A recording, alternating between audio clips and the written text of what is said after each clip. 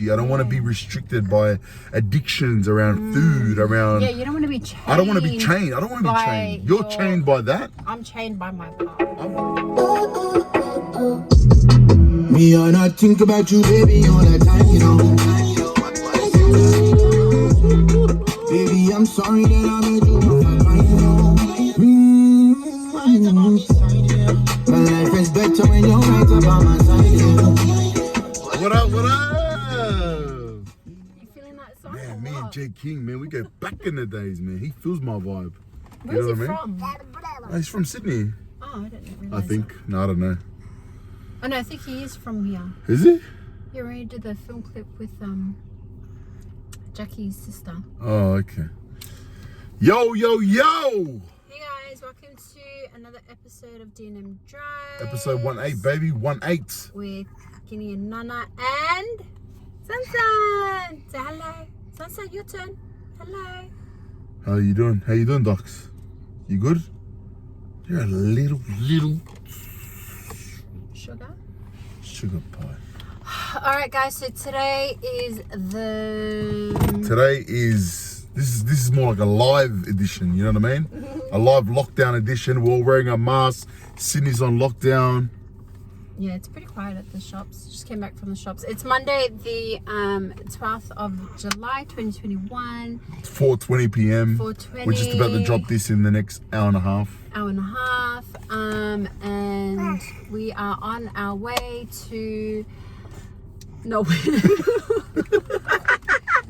We're actually just outside our house. It's outside our house. We're being obedient and we're not going anywhere.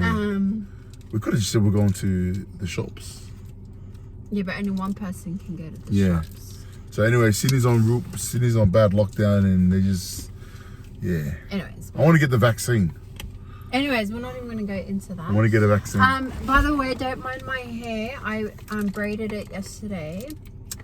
And I just took it out just now because I realized I went to the shops with my hair braided. Yeah, I didn't even look at myself in the mirror. Are we supposed to wear masks because we're talking like this? I don't know. Yeah, you should put your mask on. We should start talking. But I don't have a mask, so you know. Anyways, let's get straight into it. Anyways, so It's my small talk, man. People want to see what's going on. Alright, so last week was our last Episode on our last part. I feel like you're trying to extend it for a lot more part sessions. No, I just wanted to just get it out. Really get into the fine details. Gosh. Anyways. We've been at home the whole day, man, you know? Anyway, so today's episode Serious. Okay. Do it. What? When you walk through a door. Boom! Yeah. In the moment now. I'm serious. Took glasses off. Serious now. Take it off so we can see your face. No, I like wearing glasses. It makes me feel cool. My gosh. Oh, sorry, son. Sorry. So, today's episode is on, just on like a truth. On a, what's the word? On an epiphany that I had. Okay, let's share that epiphany before you share. Epiphany. Share that epiphany. Epiphany. Epiphany. Bueno, topic, dolea. So the epiphany about my topic name. All the viewers they were sleeping, man. I forgot what I'm saying. This is the energy that you get when you're in lockdown. This is why the conspiracy, they're telling you to stay home, wear masks, because they're coming out in the streets. Stop talking about that. They're coming out in the streets. No, about an epiphany that I had about. Did you know they drugged our water, like the water system? There's drugs, they put drugs in there. And the virus is going through the water, and everyone's drinking the water. And so that's how they're getting. That's how they're. Stop! I feel like a loser because there's cars going past. We all feel like losers. We're on lockdown. Everyone's looking at our neighbours. Our neighbours are probably looking at us. What are these guys doing? Like, don't they just live right there? Anyways, so I wanted to talk about. If you've been through lockdown, This is our 3rd week in lockdown. If you know what we're at, send us some love. Say, you know what, Kini, Nana, you're not alone. You're not alone. We've got 5 kids locked up in the house. Come on, man. You know what I mean? Like 5 kids under the age of 6 locked down in one house. You know? Meanwhile, Sansan's eating chocolate. Yummy? Anyway, so today's episode, I wanted to talk about an epiphany that I had about the abuse. I don't like to say sexual abuse, to be honest. Oh, and sorry, I should always say, we always forget to put like a disclaimer at the beginning of our videos. Trigger warning, sexual abuse content. Why do you say that for? Because someone might listen to it and get caught off guard, and it will trigger something. It's the truth part, you know, people Yeah, I want to know hear it. that, but you got to give people trigger warnings. Oh. It's like that, remember that fireside that you had? Yeah. And like, do you remember? So then About like having. So if they're warned, then what? Yeah, then for that person, they can like mentally like expect it. Or if they're not ready to, if they don't want to be a part of that conversation, then they don't watch it. Yeah, but wouldn't they be part of, so it would only be someone that has been sexually abused. Yeah, but that would be triggered by it. Yeah, but you don't know who comes across our videos. Okay. Okay, is that alright? Okay. I'm just asking why, that's it. Okay. Anyways, yes. So I wanted. I feel like it's been a really long intro right now. 6 minutes. Okay, so I wanted to talk about. I'm gonna talk or no? Yeah. Okay. I wanted to share an epiphany that I had. Yeah. That I had, I think in like that first kind of 24, 48 hours of me opening up to you.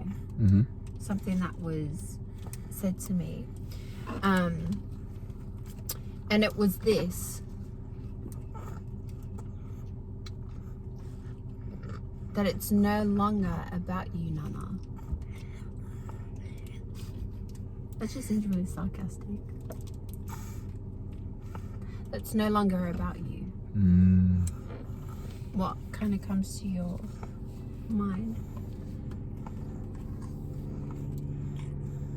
It's deep. It's really deep. Why did that resonate? Why did that really hit you? Because, this whole time that I'd been keeping it a secret, the abuse a secret, I was just thinking about myself. Do you know what I mean? I was just thinking about, like, it happened to me, like, what was me kind of thing. Yeah. Not really thinking like that, but, like, me telling myself that I'm going to keep it a secret. Yeah. Like, that was for me and my benefit, Yeah. I felt. Yeah. Apart from, like, that, the other side of trying to protect whoever and whatever. Do you know what I mean? And protect that circle. Like, but for me, like, I was just thinking about myself. And not that that's a bad thing. Not that that's a bad thing. But when you have children, it changes. Yeah. A whole lot. And in different different ways as well. And so for me, I felt like, yeah, when I finally opened up and I had that epiphany, I was like, oh my gosh, like, I've been so selfish. I think you said it to me. You said something to me that night, like something about the girls. Like, if you didn't say anything, then what about the girls? Or something like that. Something along the lines of that. That night is kind of a blur. So I remember, like, some things and some things I don't. Yeah, and I just kind of remember thinking, like, oh my gosh, like, I've been so selfish. And that now, like, it's not just about me. So from that, there are, like, 2 main points that come with that. One is a matter of protecting the girls. And the second one is healing. I gotta heal now. I gotta take the steps. I gotta take accountability. I gotta take responsibility. Even though it was never mine to be responsible of and for, but I've got to take responsibility for my healing because healing needs to happen. Yeah. There are parts of me, there are parts of my identity, parts of my character, parts of my thinking that needs to change, that needs to heal. And I need to do that on the ASAP for the girls' sake, so that I can show up better as their mum. Do you know what I mean? When did you, that's awesome. That's phenomenal. Very inspirational. But no, I really mean that. Like other mothers out there, like, you know, that goes through trauma. Yeah. Mothers are very naturally selfish. Anyway. Selfless, yeah. Selfish. I woke up getting no. But yeah, it's very natural to be selfless as a mother, hey? Yeah. But when did you come to realize that? Obviously, the first, you know, when you first told me, you know, did you think that straight away, or was it more just like through that healing process? Yeah, no, I think I don't know if you remember, but that next day we went to Coogee. Oh, did we? Yeah, we went, and I think it was kind of like in that next kind of like 48 hours from that, I kind of had that like shock of my life. I was like, oh my gosh. And then on top, like I had that thought like, oh, it's no longer about you, Nana. And I just thought like, that really hit me hard. The next day? Yeah, I think felt like within the next day, it hit me hard. Because I just remember I remember emotionally being taken back, but I felt like physically taken back. Like I felt stopped in my tracks. Like I remember just really feeling like, oh my gosh. Like it was like that. Like I was like, oh my gosh. Like how can I have been so selfish? Even though now I don't think it was selfish. I just didn't know. You only know what you know. Yeah. And yeah, like yeah, and I had that. Yeah, that's what happened. Yeah. So do you feel like is that what's kind of pushed you to do this, and is that what's been that driver for you, that why to push us, put the message out there? Yes. Yeah. I think it's been a push. The girls have been. Oh. Yes. I didn't mean to say this is a good. When Nana, shortly after she told me this, do you remember what you told me? What? About having kids? What? I never wanted to have girls. And how many did we have the first? 3. Yeah, so talk a bit about that. Yeah, so I never wanted to have girls. Like I was, because of what happened to me, I was just like so terrified, because I was like, oh my gosh, like does this just happen? Like, do you know what I mean? Like I'd never been educated on sexual abuse, sexual assault. I'd never been educated on that. And then I think I kind of just thought it happened to girls. Yeah. Do you know what I mean? Maybe because I never, lack of education. Like I didn't know that it happened to boys too. You know what I mean? Like when it first happened, I was a child. Do you know what I mean? I was just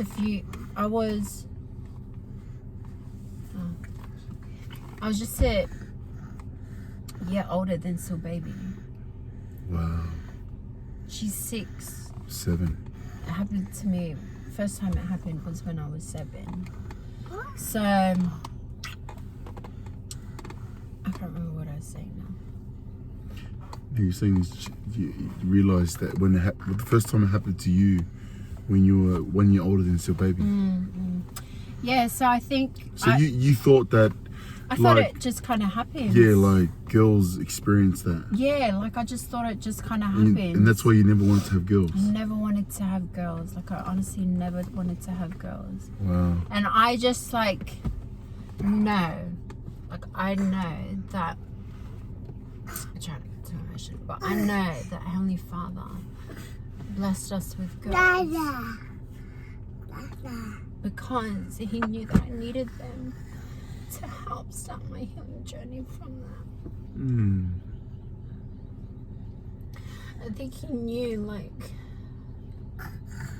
there would be no like greater drive for me than to have girls just like myself like in my hands.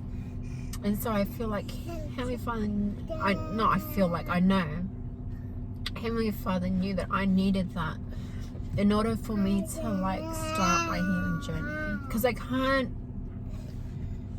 honestly like, I don't think I would have done it for myself. Do you know what I mean? I don't think I would have. I think I would have just said it. I think I would have just told you and would have just sat in it. I wouldn't have like pursued trying to get better and making conscious decisions. Yeah, it's like a healing. push. That gave you the extra push, the extra drive, that why behind why you need to heal. Yeah. So I really feel like that the girls did that for me, and it's so we could have had 5 boys. And so we had 3 girls. So I just feel like, and it for me it makes so much sense because after April, that's when between April and Sun, like I felt like that's where I did most of my healing, and then we had Sunshine, and that itself, like that is like a whole other story, like that whole thing, because I actually didn't feel ready to have Sunshine, but I mean to have another child. So that's a whole nother spiritual experience. But my whole healing journey has been like very spiritual as well. And so anyways, I never wanted to have daughters. And I told you that when we were engaged, and then I told you that again. Yeah, but you told me that, but you never told me why. I never told you the reason why, so I just felt like, they're my push, like they still are. Like the kids still are my why of like wanting to heal faster. Do you know what I mean? Like it's like the more that I share, like week in, week out, like with these videos and that, like the more I share it, it's like it's healing for me, guys. Like literally, like it's so liberating each week. Is it? Yeah, it is. Even if it's like, even if like it doesn't reach that many people, like that, it doesn't matter, because for me, like it's liberating for me. And I feel like the more that I speak about it, and the more often I speak about it, the faster that I heal, because I learn things as I like say it out loud. I don't know if there's some kind of like scientific thing behind that or what, but that's how. Yeah, I think there is. I really believe there is, because when you keep something inside for so long, it just bottles up and gets. We like. I think what they say, like a lot of cancer comes from stress, from just stress, like our organs, our body, like, our heart. But trauma is stored in your body. Yeah, but see, when you leave stress, like the scientific way, I've actually heard about podcasts say it, like in these specialist doctors, a lot of these diseases and heart issues come from stress, but like internal stress. So like stress like around their children, bottled up, and they just keep it there and their body's tense, and then just over time, we're talking over time, if you don't release that, it affects you. And it starts to affect your like how you do things. Yeah, to the point where like you don't want to get out of bed. You don't want to get out of bed. You lose your appetite, or maybe you gain an appetite. But you don't really go out there and I think you're not free. Yeah, you're not free. Exactly, you're not free. And there's this thing around being happy. You know what I mean? Like just being able people to smile, like happiness. Being able to smile and really be happy in life is important. It's like because what's the effect, the result of happiness comes from gratitude, And so when you're feeling grateful, then you're able to do happier things. When you're not, you're tense, slouchy, your body language, you're not going out there, you're not being enthusiastic. Like you said, you feel liberated by sharing your message, and so with that, you're releasing these bad energy and you're getting good energy. Good vibes. Like me and J King, you know what I mean? But yeah. That's awesome. So let's kind of summarize what we just shared today. Yeah, I had that epiphany, like, as a mother. As a mum. And as a mum. But not just a mum, if you're a dad or, you know. Yeah, but I speak, like, my message It's and from my story as a mother. is from a mother. How do you heal? Or what does healing from sexual abuse look like as a mother? Yeah. Do you know what I mean? Yeah. Because if you're a mum, you know that you have to, like, it's a juggling act as a mother. Yeah. Do you know what I mean? It's a juggling act as a mother. So then how do you do that plus carry the weight of trauma? And in this case, sexual trauma. Like, how do you do that? And so for me, like, so that's what we're talking about. Like, just that energy. Just that. You're a mum. So for you're a mum. You have 5 kids, and then you got a handsome husband. So if you're I'll change. But if you're feeling held back, you're not able to be that but you're not present mum. You're not able to show up. Show up. We're trying to show up. Show up. Yeah, but do you know, like, I'm like being for real. Like, we're trying to show up, like, as the best version of ourselves, but the best version of me that, like, the kids deserve, that you deserve as a husband, like, as my husband. Do you know what I mean? That's why I want to. Honestly, like, I'm not trying to take the limelight for you, but that's why I want to. That's why it's my goal to get into shape, not just to have the abs and the pecs in the body, like your body be like, oh, I want that, but I want to have energy. Yeah. Like, I want to have energy. I don't want to be restricted by addictions around food, around. Yeah, you don't want to be chained. I don't want to be chained. I don't want to be chained. You're chained by that. I'm chained by my past. I'm chained with food. I'm chained with these habits, excuses, laziness, procrastinating that I've embedded in my life for a long time. And so I want to get rid of it so that I can show up as a dad, present. You know what I mean? Very similar to what you're going through, what you're doing. Yeah. I love that. Good job on doing that, babe. You're welcome. So yeah, guys, that's just good vibes. That's just a little epiphany that I kind of wanted to touch on. We didn't dive deep into it, but so what were you gonna say to what would you say to a mother out there, or to someone out there, maybe they don't have children but they've gone through this sexual abuse, they've been sexually abused? No, I think it's just to mums, like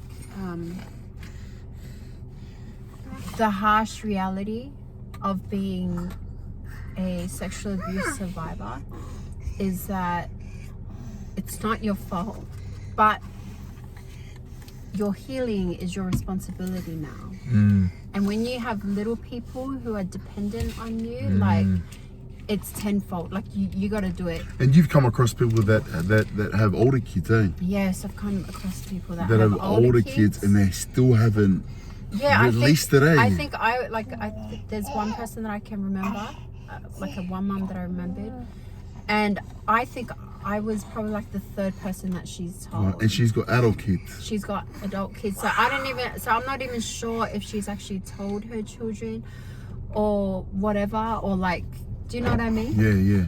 But that's what I mean, like, being a survivor of sexual abuse, like, it's no longer about you. Like, you got to take into account, like, if that predator is within your circle, within your friends or family or whatever it is, there's that aspect where there are certain boundaries that need to be put into place, and then there's the healing part.